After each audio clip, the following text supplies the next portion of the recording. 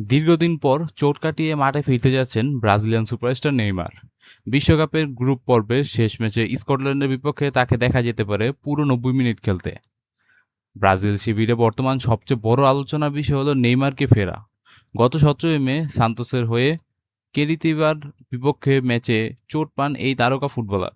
সেই চোটের কারণে মোরক্কো হাইতির বিপক্ষে ব্রাজিলের গুরুত্বপূর্ণ দুটি ম্যাচ মিস করতে হয় তাকে। তবে ইতিহাসে বিপক্ষে জয়ের পর থেকেই ব্রাজিল কোচ কার্লো আনচেলত্তি ইঙ্গিত দিয়েছিলেন যে নেইমার দ্রুত মাঠে ফিরবেন।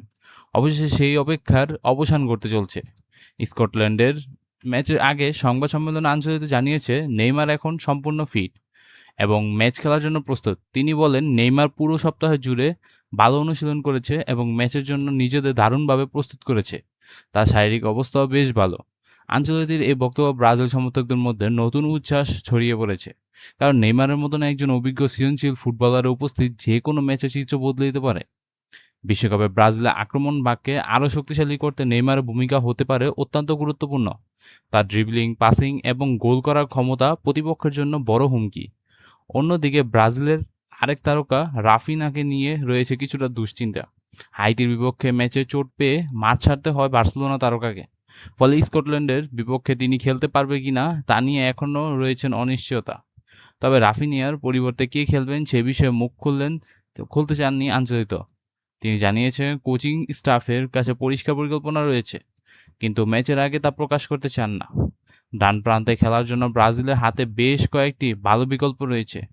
রায়ান লুইস হেনরিক এবং গ্যাব্রিয়েল মার্টিনেলের মতো প্রতিভাবান ফুটবলাররা প্রস্তুত রয়েছেন সুযোগ পাওয়ার অপেক্ষায়।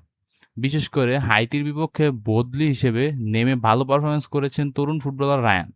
তার প্রশংসা করে আনচেলত্তি বলেছেন, রায়ানের মধ্যে অনেক সম্ভাবনা রয়েছে এবং সে মাঠের প্রস্থ বজায় রাখতে খুব ভালোভাবে সক্ষম।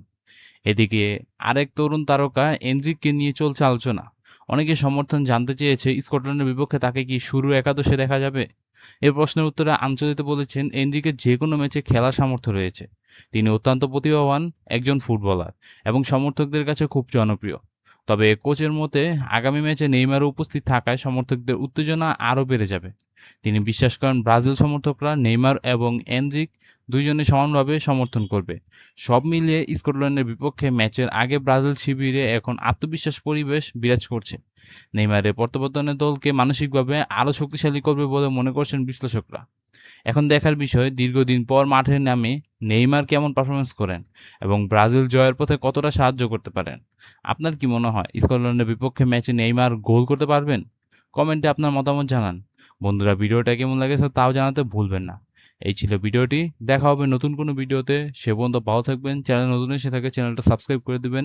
দেখা হবে নতুন কোনো ভিডিওতে। সে পর্যন্ত ভালো থাকবেন। Take care. আল্লাহ হাফেজ।